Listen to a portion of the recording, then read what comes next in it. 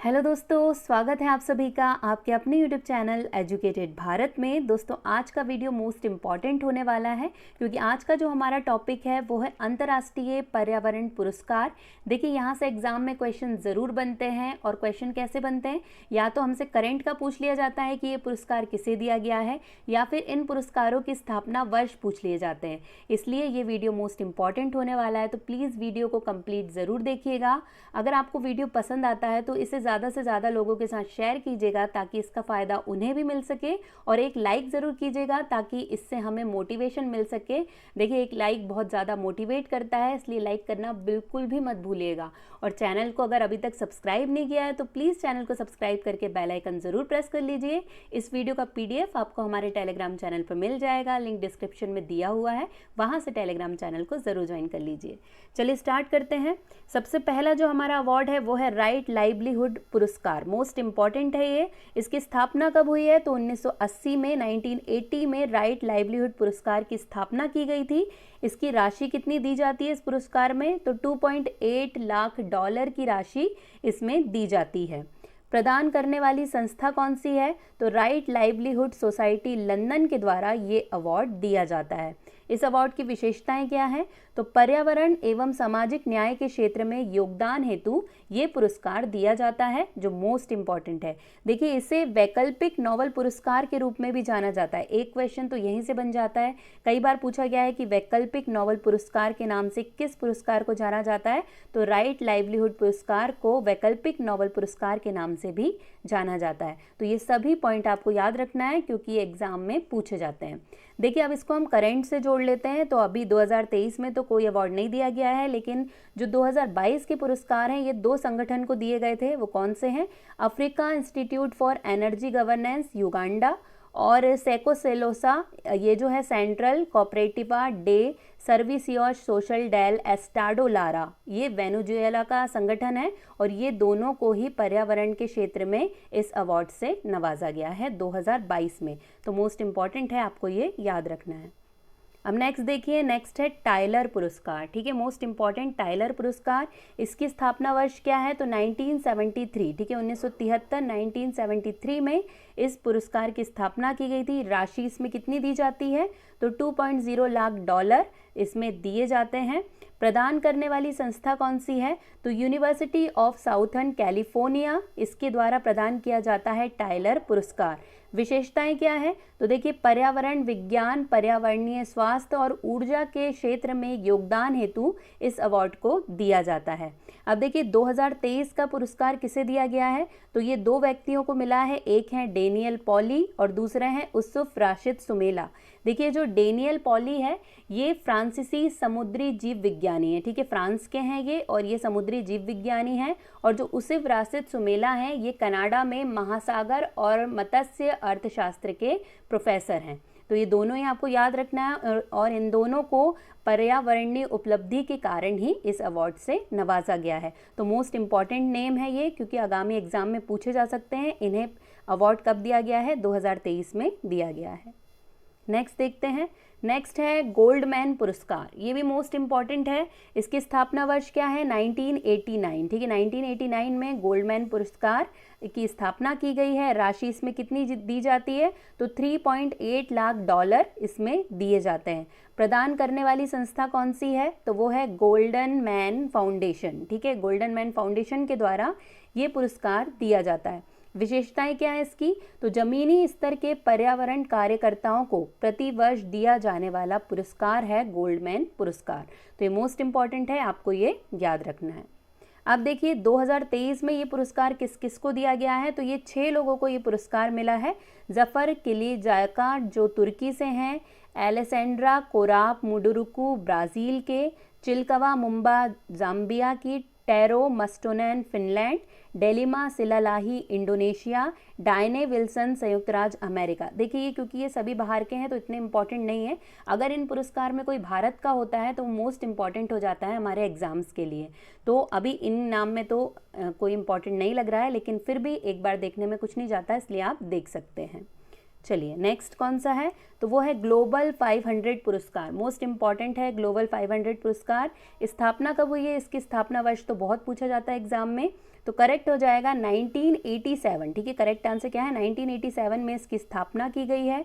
प्रदान करने वाली संस्था कौन सी है, तो वो है UNEP। ठीक है, यूनाइटेड नेशन एनवायरनमेंट प्रोग्राम के द्वारा ये पुरस्कार दिया जाता है। विशेषताएं क्या है, पर्यावरण रक्षा एवं सुधार हेतु ये पुरस्कार प्रदान किया जाता है।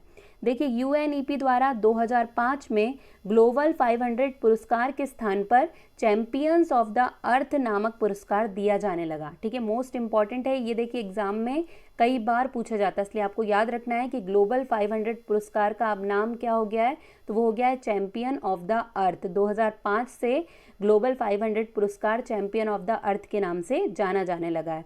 देखिए ये पुरस्कार 2022 में किसे मिला है, ये मोस्ट इंपॉर्टेंट है, तो यहाँ पर सही हो जाएगा डॉक्टर पूर्णिमा देवी वर्मन। नाम से ही लग रहा है ये क्या है, भारतीय हैं बिल्कुल, तो इनका नाम मोस्ट इंपॉर्टेंट हो जाता है। 2022 में पूर्णिमा देवी वर्मन को चैंपियन ऑफ द अर्थ पुरस्कार से नवाजा गया है। देखिए भारतीय वन्यजीव वैज्ञानिक डॉक्टर पूर्णिमा देवी वर्मन को संयुक्त राष्ट्र के सर्वोच्च पर्यावरण पुरस्कार चैंपियन ऑफ द अर्थ से सम्मानित किया गया है। और पूर्णिमा देवी वर्मन को ये अवार्ड क्यों दिया गया है, तो इकोलॉजिकल सिस्टम के इरोजीन की रोकथाम के लिए परिवर्तनकारी कार्यवाही करने के लिए इन्हें इस सम्मान से नवाजा गया है। तो मोस्ट इंपॉर्टेंट है, आपको इनका नाम याद रखना है क्योंकि एग्जाम में ये पूछा जा सकता है। अब नेक्स्ट है गोल्डन पांडा पुरस्कार। गोल्डन पांडा का तो स्थापना वर्ष पूछा जाता है, तो क्या है इसका स्थापना वर्ष, 1982 1982 में इसकी स्थापना की गई है। प्रदान करने वाली संस्था कौन सी है, तो wild life conservation charity Bristol England की जो ये अवार्ड देती है, गोल्डन पांडा पुरस्कार प्रदान करती है। देखिए इसे ग्रीन ऑस्कर की संज्ञा से भी अभिहित किया गया है या किया जाता है, तो ये मोस्ट इम्पॉर्टेंट पुरस्कार है, तो ये भी आपको याद रखना है। मोस्टली इसका स्थापना वर्ष पूछा जाता है। आगे देखिए एसडेन पुरस्कार, ये भी पर्यावरण से संबंधित पुरस्कार है। इसका स्थापना वर्ष क्या है, तो वो है 2001। ठीक है, एसडेन पुरस्कार की स्थापना हुई है 2001 में, और इसे प्रदान करने वाली संस्था कौन सी है, तो वो है रॉयल जियोग्राफिकल सोसाइटी। ठीक है, रॉयल जियोग्राफिकल सोसाइटी द्वारा ये पुरस्कार प्रदान किया जाता है। विशेषताएं क्या है इसकी, तो पुरस्कार उन संगठनों और व्यवसाय को दिए जाते हैं जो सामाजिक, आर्थिक और पर्यावरणीय लाभों के साथ स्थानीय स्थायी ऊर्जा योजनाएं प्रदान करते हैं, ऐसे संगठनों को ये अवार्ड दिया जाता है। तो ये भी मोस्ट इम्पॉर्टेंट है, आपको याद रखना है। अब देखिए नेक्स्ट है सासाकावा पुरस्कार।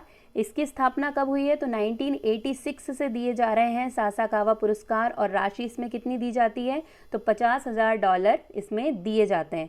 प्रदान करने वाली संस्था कौन सी है, प्रदान करने वाली संस्था है UNEP United Nation Environment programme.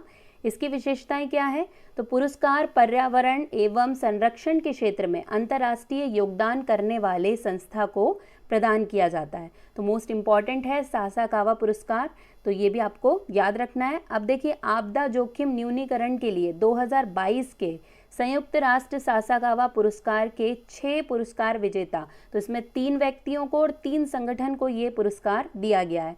अब देखिए इसमें बाकी सब इतने इम्पॉर्टेंट नहीं है, लेकिन एक संगठन बहुत ज़्यादा इम्पॉर्टेंट है, वो है सीड्स। ये जो संगठन है ये भारत का संगठन है। ठीक है, सीड्स ये किस नाम से जाना जाता है, सीड्स के नाम से, यानी कि sustainable environment and ecological development society, ये इसका पूरा नाम है। आपदा जोखिम न्यूनीकरण और जलवायु परिवर्तन के क्षेत्र में काम करने वाला ये एक गैर सरकारी संगठन है जिसे इस पुरस्कार से नवाजा गया है। तो सीड्स आपको याद रखना है, इसका नाम एग्जाम में पूछा जा सकता है क्योंकि ये एक भारतीय संगठन है। नेक्स्ट अंतर्राष्ट्रीय मौसम विज्ञान संगठन पुरस्कार, इसकी स्थापना हुई है 1956 से। ठीक है, 1956 से ये दिया जा रहा है। प्रदान करने वाली संस्था कौन सी है, तो वो है WMO के द्वारा ये प्रदान किया जाता है। विशेषताएं क्या है, मौसम विज्ञान के क्षेत्र में ये सर्वोच्च सम्मान है। ठीक है, अगर आपसे ये भी पूछा जा सकता है कि मौसम विज्ञान के क्षेत्र में दिया जाने वाला सर्वोच्च पुरस्कार कौन सा है, तो वो है अंतर्राष्ट्रीय मौसम विज्ञान संगठन पुरस्कार। तो मोस्ट इंपॉर्टेंट है, इसका स्थापना वर्ष भी किसके द्वारा प्रदान किया जाता है। देखिए अब 2022 में ये पुरस्कार किसे दिया गया है, तो मुकदमा बैरल को। ठीक है, आपको नाम याद रखना है, मुकदमा बैरल को अंतर्राष्ट्रीय मौसम विज्ञान संगठन पुरस्कार से सम्मानित किया गया है। अब देखिए नेक्स्ट है विटली पुरस्कार, ये भी मोस्ट इंपॉर्टेंट है। विटली पुरस्कार स्थापना वर्ष क्या है? 1994। ठीक है, स्थापना वर्ष आपको सबके याद रखने हैं क्योंकि एग्जाम में पूछ ली जाते हैं। तो 1994 या 1994 विटली पुरस्कार की शुरुआत की गई थी। प्रदान करने वाली संस्था कौन सी है? तो Whitley Fund for Nature, United Kingdom की विटले फंड फॉर नेचर के द्वारा ये पुरस्कार प्रदान किया जाता है। इसकी विशेषता क्या है? ग्रीन ऑस्कर के नाम से इसको जाना जाता है। ठीक है, देखिए ज़्यादातर जो पर्यावरण के अवार्ड्स हैं सभी को ग्रीन ऑस्कर के नाम से ही जाना जाता है, लेकिन जो रियल में जिससे क्वेश्चन बनता है कि ग्रीन ऑस्कर के नाम से किसे जाना जाता है, तो विटली पुरस्कार ही उसका सही आंसर होता है। ये क्यों दिया जाता है? तो प्रकृति संरक्षण तथा वन्य जीव संरक्षण में किए गए प्रयासों के लिए ये पुरस्कार दिया जाता है। अब देखिए पुरस्कार 2022 में किसे दिया गया है? तो चारुदत्त मिश्रा को। मोस्ट इंपॉर्टेंट नाम से ही पता चल रहा है, चारुदत्त मिश्रा यानी कि भारतीय हैं, तो इनके बारे में हमें पता होना चाहिए। देखिए ये जो चारुदत्त मिश्रा हैं ये वन्यजीव संरक्षणवादी हैं और इन्हें मिला है क्या? प्रतिष्ठित व्हिटली पुरस्कार। ठीक है, जो व्हिटली गोल्ड पुरस्कार भी इसे कहा जाता है। तो अगर ऐसा भी आता है तो आपको याद रखना है। और उन्हें ये पुरस्कार क्यों दिया गया है? तो इन्हें ये पुरस्कार एशिया के उच्च पर्वतीय पारिस्थितिक तंत्र में तेंदुए के संरक्षण और पुनः प्राप्ति में स्वदेशी समुदाय को शामिल करने के योगदान के लिए दिया गया है। मतलब मेनली आप इसको ऐसे याद कर सकते हैं कि तेंदुए के संरक्षण के लिए, जो लेपर्ड होते हैं उनके संरक्षण के लिए चारुदत्त मिश्रा को व्हिटली पुरस्कार से सम्मानित किया गया है 2022 में। तो ये मोस्ट इंपॉर्टेंट है, आपको ये भी याद रखना है। यहीं पर दोस्तों हमारे सारे पुरस्कार कंप्लीट हो गए हैं। वीडियो पसंद आया होगा तो इसे प्लीज़ शेयर ज़रूर कर दीजिएगा, वीडियो को लाइक ज़रूर कीजिएगा। आज के लिए बस इतना ही, आपसे मुलाकात होगी एक नए वीडियो के साथ। तब तक के लिए पढ़ते रहिए, आगे बढ़ते रहिए। जय हिंद, जय भारत।